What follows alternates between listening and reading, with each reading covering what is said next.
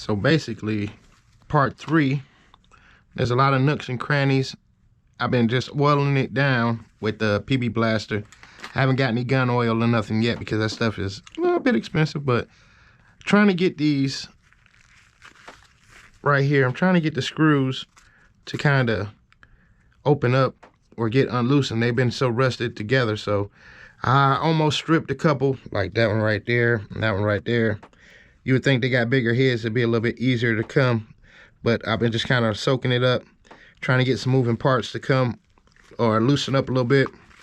Finally got this a little bit loose, so I'm trying not to, you know, do too much force.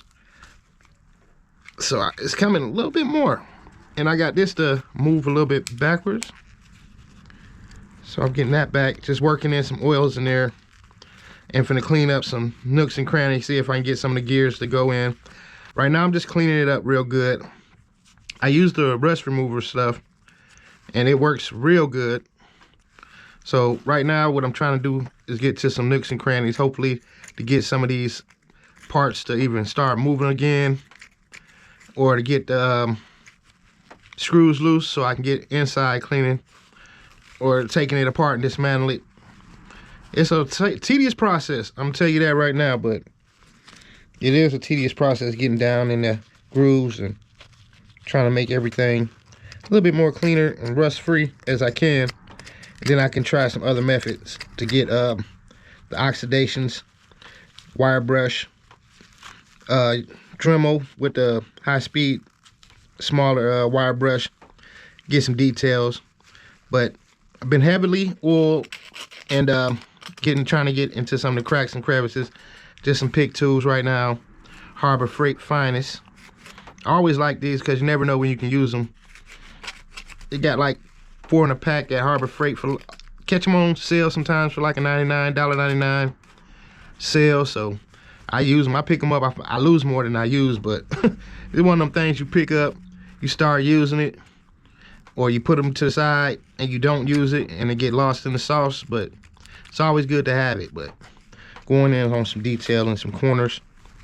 This was a new tile, as you can see the little crevice marks, but this was a new little shop tile,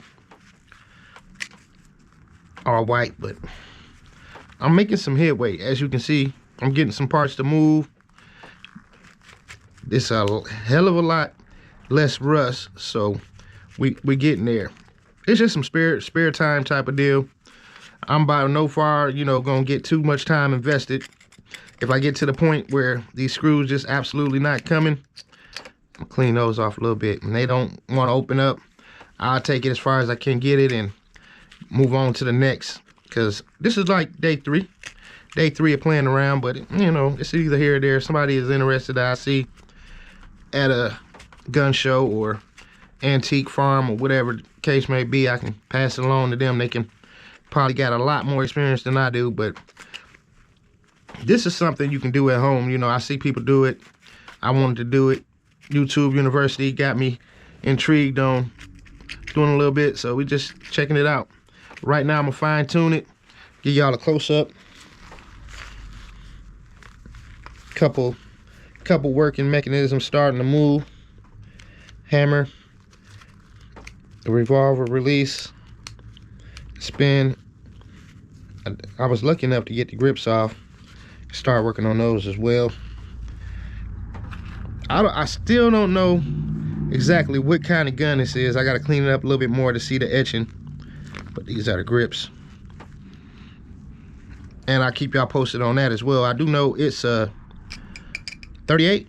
I'm sure it's 38, but I'm just gonna fine tune, clean, and probably move on to the next step to get a little bit more rust, if I can get it to penetrate more toward the inside areas.